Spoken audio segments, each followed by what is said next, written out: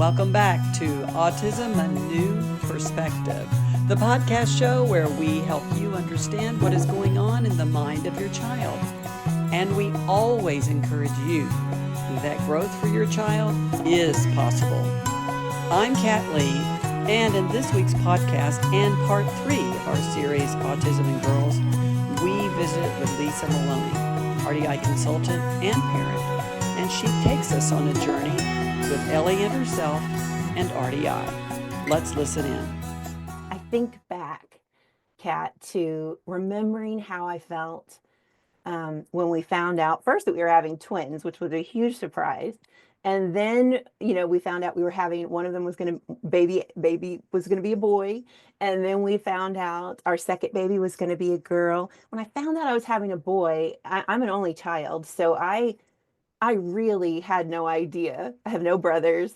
And I was like, well, this is going to be a grand, wild adventure, parenting a boy. And I was so excited.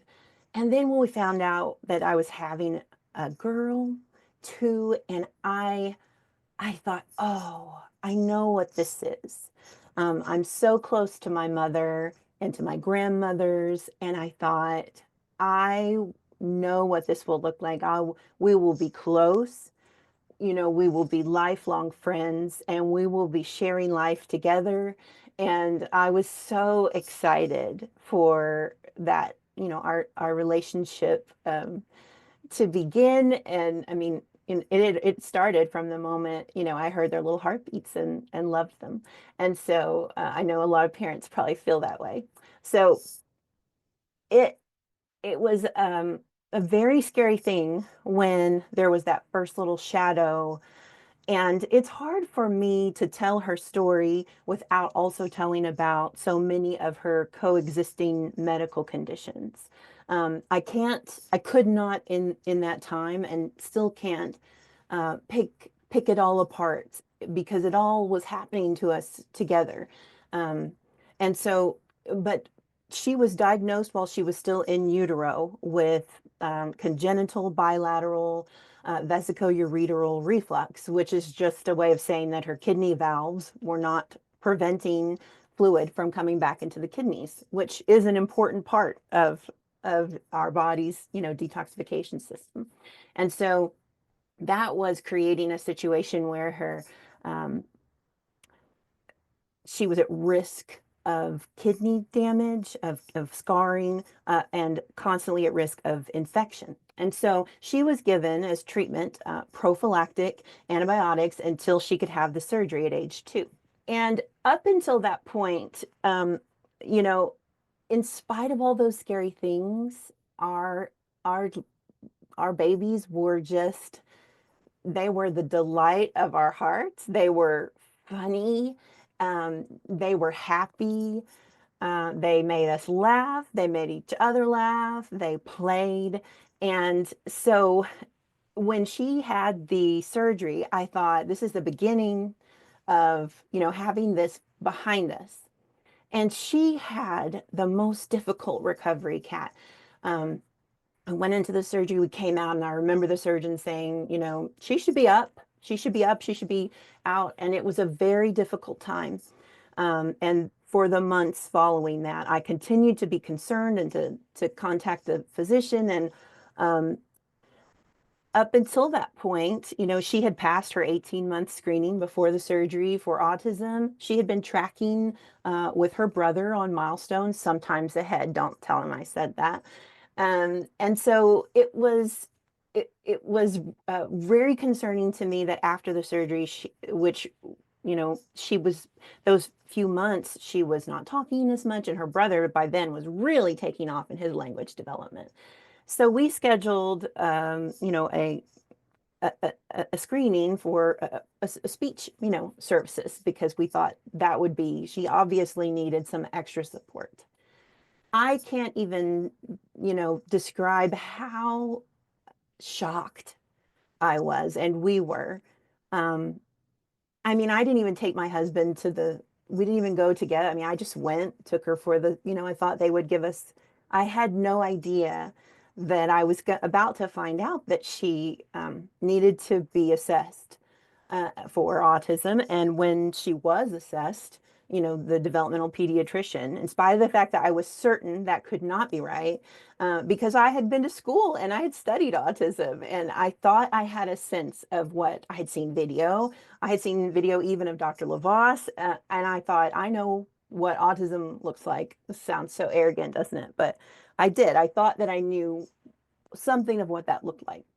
And I did not ever imagine in my wildest that my daughter had autism, and would be diagnosed with it.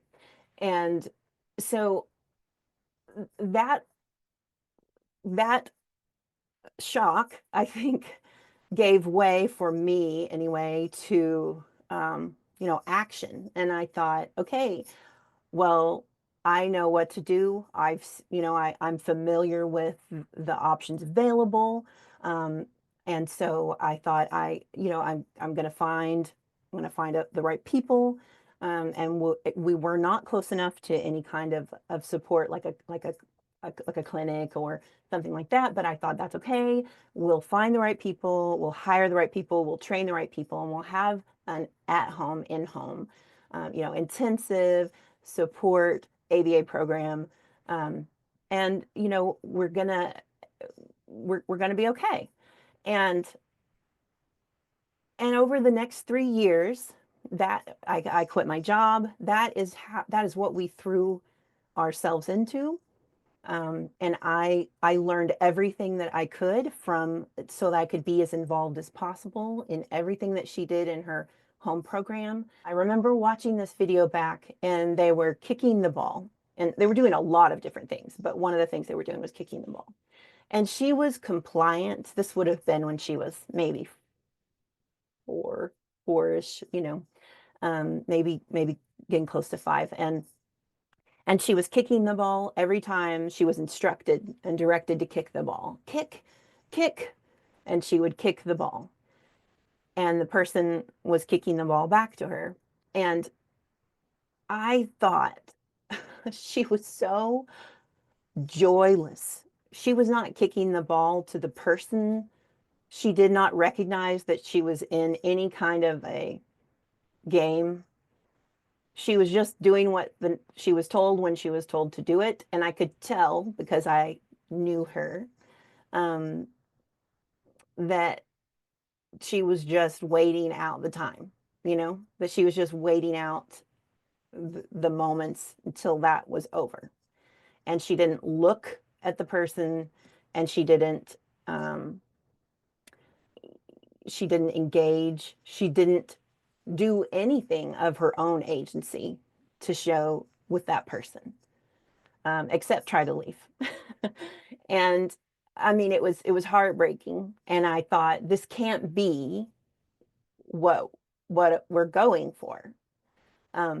This isn't what I want for her. I want what all moms and dads, I think, want for their daughters, which is, confidence and a sense of competence in the world and joy and um, you know to have a sense of creative agency and all those things. And so I just knew it didn't feel right. And I remember just just praying for on a trip. One time we were taking a long trip for an appointment for her, and I was driving her back, and I just thought, I don't know what direction to go, because if it's not this direction, I don't know. And when we got home, a dear family friend had emailed me about RDI. And she said, I know Dr. Sheely. She said, I know you got this covered. I know you're doing the things, and you're doing everything you can to help her in her language development, which at that time I felt, I think a lot of us do as parents. When we see that language is not developing, then we want so much for that to be able to come about, because it feels like that is the path that will lead to everything that we want. I certainly thought the closeness and everything I wanted was down the path of her learning to speak. And be comfortable speaking in. So it was just so transformative, Kat, to talk with Dr. Sheely, to be connected to you.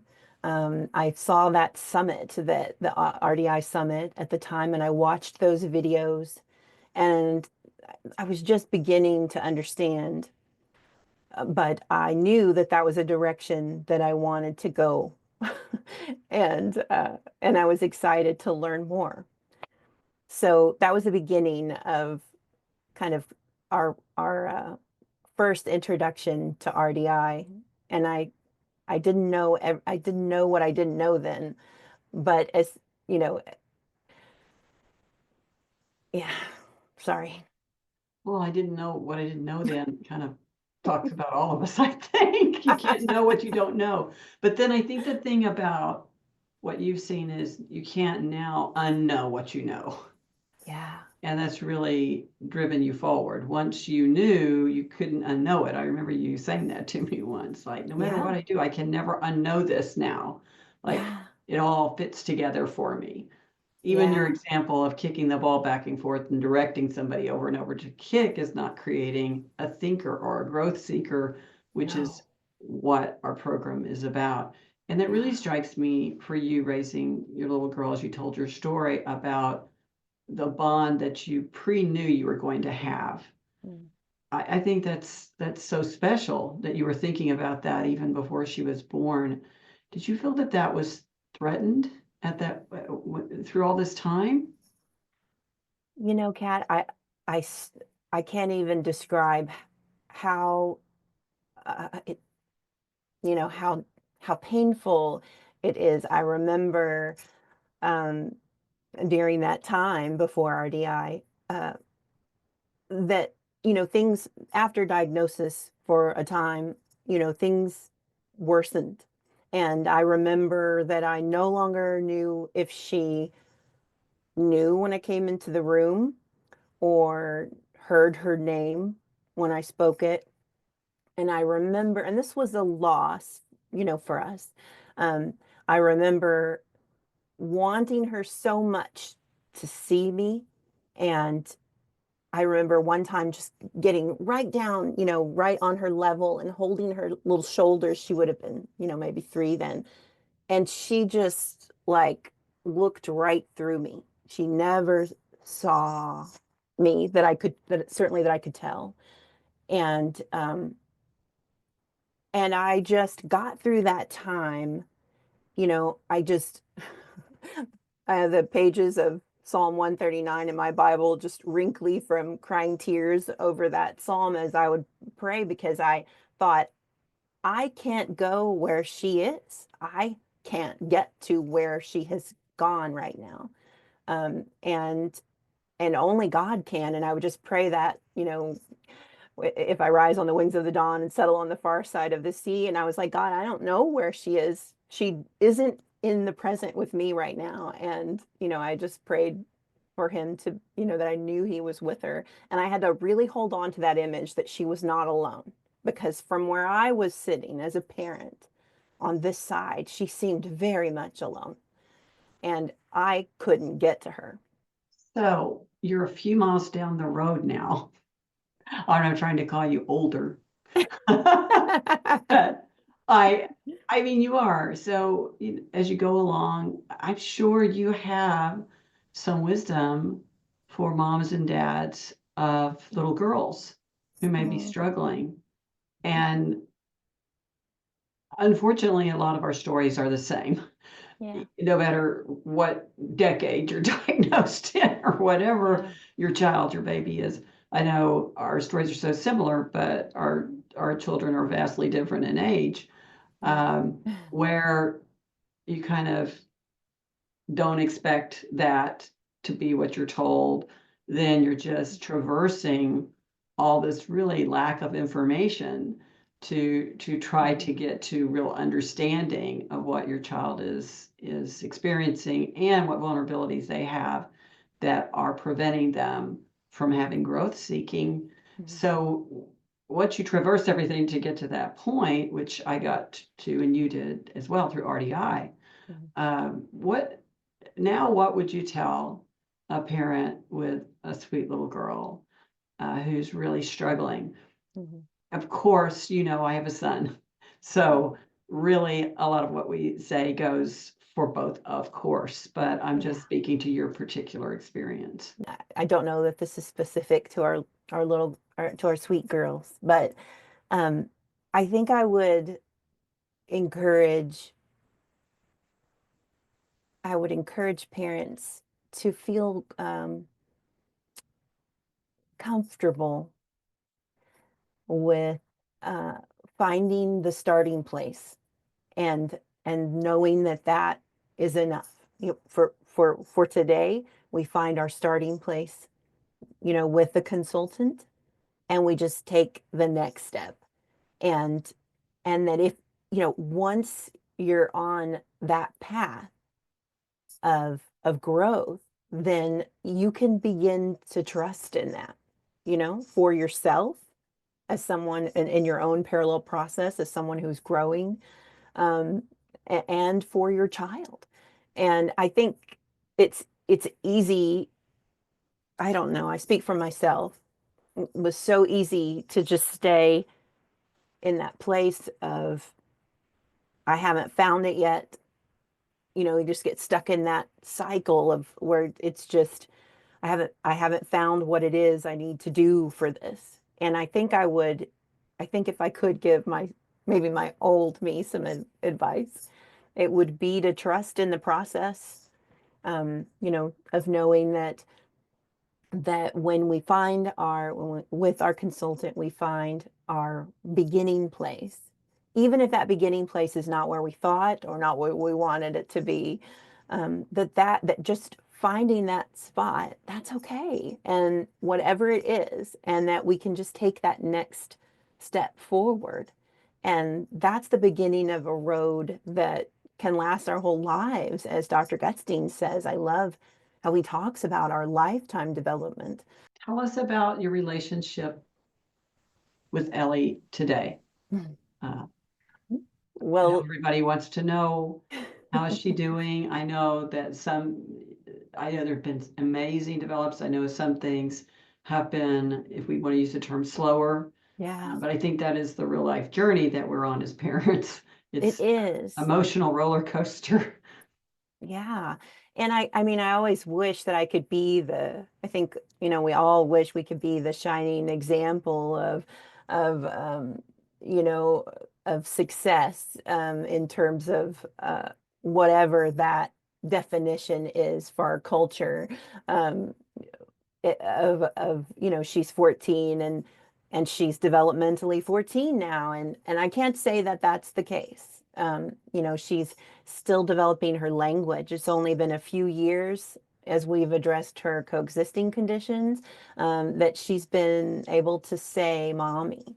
But I can't tell you how that has blessed our heart to finally hear her, calling us mommy and daddy, being able to reciprocate, I love you, which is a regular thing now.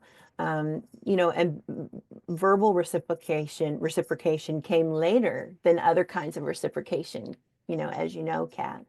And so, but no less, no less thankful for it, for coming now.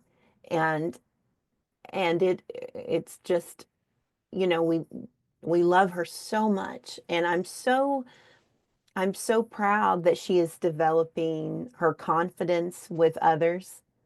um you know we drove through the bank drive through the other day, and I was saying goodbye and thanking people, and she said, thank you. And, and I remember so clearly when she was, 3, that we talked about writing a program for teaching her to reciprocate hello and goodbye.